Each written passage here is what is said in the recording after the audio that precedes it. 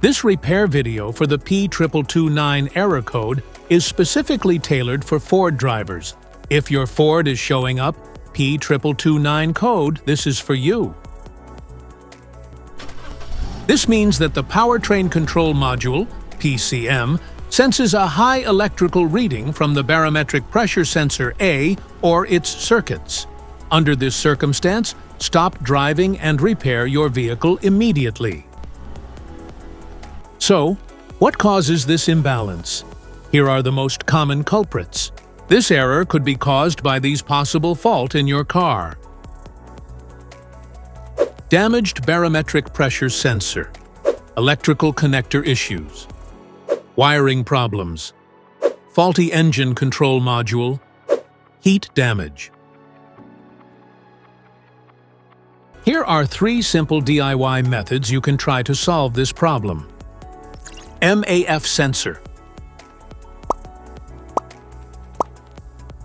Carefully remove the MAF sensor from your car and do a quick inspection around wire. Inside often gets dirty and needs to be cleaned. You can spray the MAF sensor cleaner onto the wire perpendicularly to the ground so that it won't damage the MAF sensor. Reinstall the MAF sensor back in the car after it gets dry. PCM replacement. The PCM is usually located in the engine bay, under the dash or near the firewall, usually mounted with bolts or clips and connected to a wiring harness. Unplug the wiring harness carefully. There may be clips or levers on the connector. Remove any bolts or brackets holding the PCM in place. Take out the old PCM. Install the new PCM in the reverse order. Plug in the wiring harness securely. Secure it with bolts or brackets. Method 1. Use a catalytic converter cleaner. Use a cleaner of your choice. Simply pour the cleaner into the gas tank. Then, you can drive at least 150 miles.